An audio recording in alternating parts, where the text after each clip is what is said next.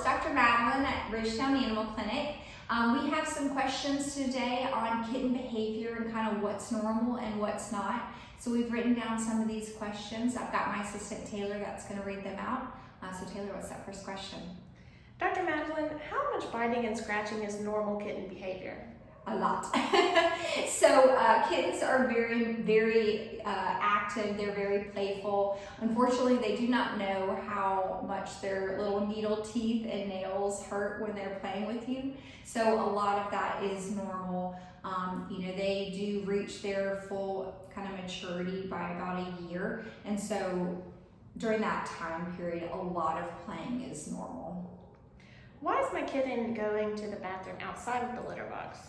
So it could be a few different reasons. Behaviorally, it might be that they have not quite figured out the litter box, and what I recommend doing in that situation is putting them in the litter box and actually manually raking their feet through the litter. That kind of triggers that normal response that they should be able to figure out of going into the litter box to go to the bathroom.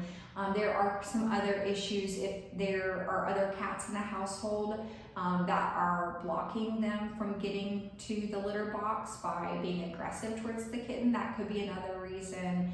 They could have a medical reason, such as a urinary tract infection. So certainly bringing them to the vet to get that checked out would be helpful. And then some cats prefer like a closed litter box with a door. Some other ones prefer an open litter box, and the type of litter needs to be different.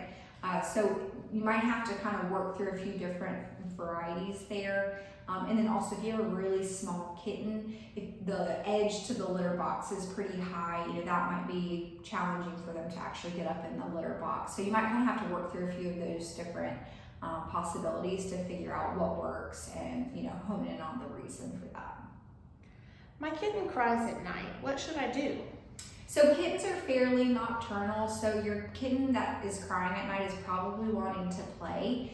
So one suggestion I have is before bed, making a point to play with them so that they have that chance to kind of do that hunting predator behavior, so that when it's time to go to bed, you all can kind of rest.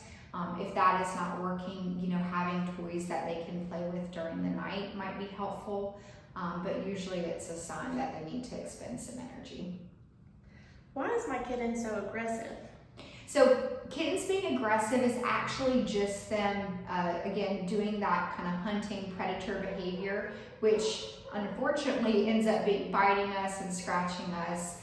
They're not typically doing it to be mean or spiteful. It's just part of their play. Kittens and cats very much are hunt, eat, sleep. And so if they are acting aggressive, that probably means they need to satisfy that hunt aspect a little bit more. So finding appropriate toys, activities, they have the wand with like the feather on the end, laser pointer, lots of different, kind of play activities where it's not your arm or your hands or your feet, but they're able to kind of expend that energy to release some of that aggression.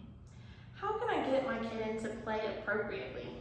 So certainly not using your hands or feet when you are playing with them is one recommendation. If you're using your hands to kind of get your kitten to pounce on you, they're going to start associating your hands as toy objects versus your hands. So, I do like the wand it's like a fishing pole, with the string and like the feather toy attached, because that kind of gets you a little bit further back from the kitten. Laser pointers are always good. I haven't met a cat that doesn't love a laser pointer.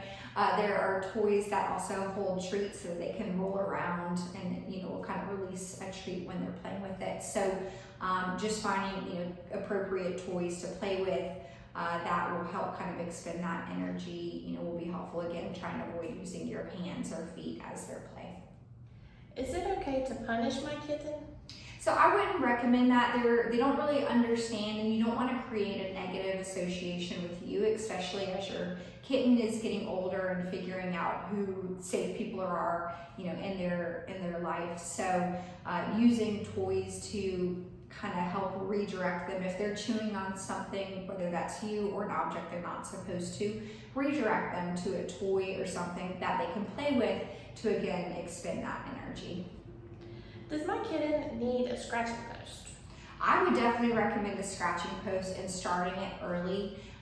You know, if they're not, if they don't like the scratching post, there are other scratching toys that they can use. You know, they have like the ones that just kind of lay out on the floor, or you know, have the curve in them. So anything like that that you think your cat might take to, or you know, trying a few different things out, I think would be a good idea to go ahead and start that early so they're familiar with it, comfortable using it, so they're not later in life going to scratch your couch, but when they need to scratch, they can go to the scratching post.